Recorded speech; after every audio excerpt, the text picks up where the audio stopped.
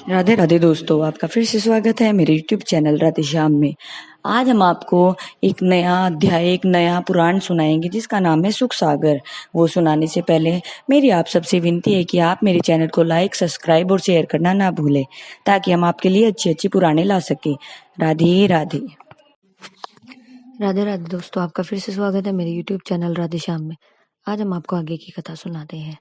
हे उद्धव, जब से श्री कृष्ण बलराम जी यहाँ से मथुरा गए हैं, तब से खाना पीना, सोना, बोलना रथ स्वप्न समान हो गया है।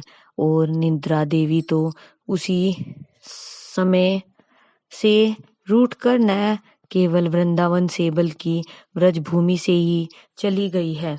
हे उद्धव, जिस समय प्रभु श्री कृष्ण जी के पद चिन्ह हम लोग वन में देख लेते हैं तो हमें ऐसा लगता है कि वो यही आसपास कहीं छिपे हुए हैं। लेकिन कुछ देर तक खोजने पर जब हमें यह याद आता है कि प्रभु श्री कृष्ण तो जो मथुरा चले गए हैं, तो सच मानिए हमारा हृदय टुक टुक हो जाता है। हे उद्धव, पूतना, अघासुर, बकासुर, केसी और व्योमासुर आदि राक्षसों का वध करना, गोवर्धन पर्वत धारण करना, काली नाग को नथना, 10,000 हाथियों के बल के बराबर वाले गजराज, कुवल्या पेड़, चाणूर, मुष्टिक और दुष्ट कंस जैसे पापी को मारना तथा 3 ताड़ का शिव जी का धनुष एक ही हाथ से तोड़ना आदि अद्भुत कार्य की जिस समय याद आते हैं, उसी समय गर्ग जी के वचनों को सत्य मानकर उन्हें साक्षात पर ब्रह्म परमेश्वर मानते हुए संतोष कर लेते हैं। लेकिन जब यह ज्ञान प्रभु भूलकर कभी उन्हें अज्ञान से अपना पुत्र समझ लेते हैं, तो चिंता ही चिता में चेतना हित चित्त की लकड़ी की तरह चस कर चैन सहित जल ही जाती है। नंद यशोदा जी के मुख से यह सब बातें सुनकर उद्धव जी की भी आंखें में आंसू आ गए, लेकिन उन्होंने उन आंसुओं को अंदर ही अंदर रोक लिया और बोले, हे माता यशोदा एवं नंद बाबा, आपको मेरा बारंबार प्रणाम है। हे नंद बाबा, जिनके घर स्वयं पर ब्रह्म परमेश्वर अवतार धारण कर बाल लीला के अद्भुत कार्य दिखाकर सुखी करते हैं रहे, इसका संपूर्ण जगत में उनके जैसा भगवान भला और कौन होगा।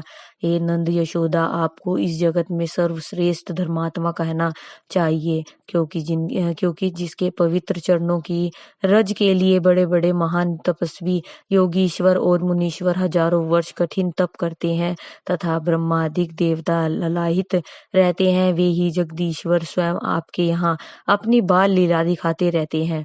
अतः आपको संसार में अन्य समझकर कभी भी अचिंतित नहीं होना चाहिए। हे नंद, आपको अपना पुत्र समझना उनको अपना पुत्र समझना बहुत बड़ी भूल है, क्योंकि वे तो अजन्मा, निराकार, अनंत और अखंड है। उनकी माया का भेद पाना शेष, महेश, शारदा, गणेश और सुरेश की भी शक्ति से बाहर की बात है।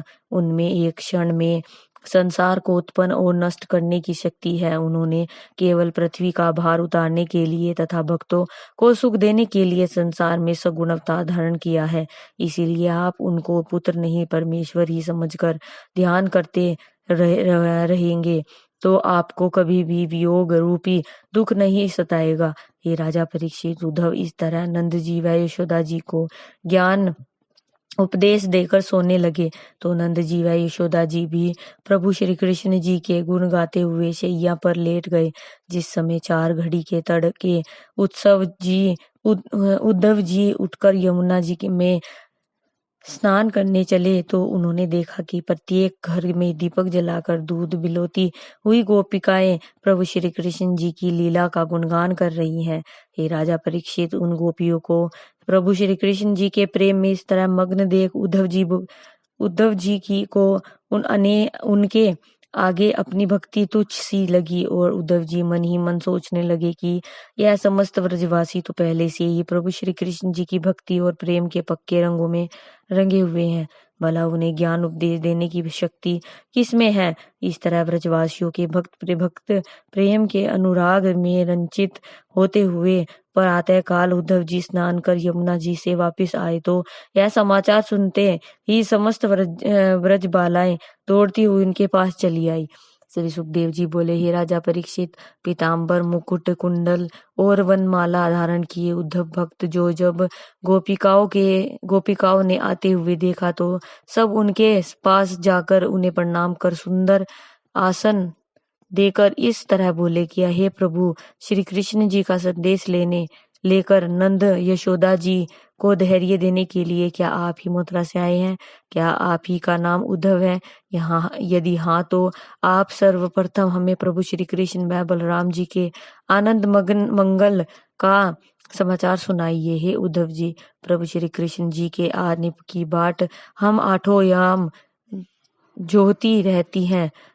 हम समस्त ब्रजवासियों को नंद यशोदा जी ने क्या अपना शत्रु समझ लिया है, जो स्वयं वापस आने के लिए कहकर गए थे, लेकिन अपनी जगह यहाँ आपको भेज दिया है। हमने तो सुना है कि गज की पुकार सुन गरुड़ को त्याग कर वैकुंठ से दौड़े चले आए थे, लेकिन अब 3 कोस पर बसी हुई मथुरा नगरी से यहाँ तक भी नहीं आए। एक भक्त के लिए तो नंगे पांव दौड़ते आते थे, परंतु यहाँ तो हजारों अनुरागिनी व ब्रजबालाओं के पास अपने सखा को भेजा है। हे राजा परीक्षित, इस तरह प्रभु के वियोग में समस्त ब्रजबालाएं उद्धव जी को संबोधित करते हुए उन्हें ताना देने लगी। प्रभु के प्रति उन ब्रजबालाओं की भक्ति व स्नेह देखकर उद्धव जी भी चकित रह गए और उन ब्रजबालाओं से हाथ जोड़कर बोले, हे ब्रजबालाओं, आपके प्रेम और भक्ति को बारंबार धन्य है और आपको बारंबार प्रणाम है।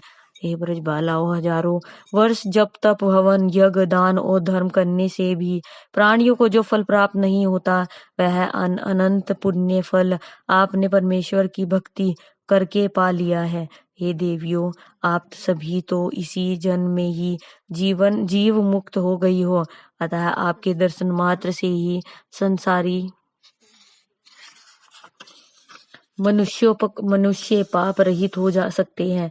प्रभु श्री कृष्ण जी ने मुझे आपके पास भेजकर बहुत कृपा की है, इसलिए हे देवियों, आप मुझे यह वरदान देने की कृपा करें कि मुझे भी आपकी तरह प्रभु की प्रीति होकर भक्ति उत्पन्न हो।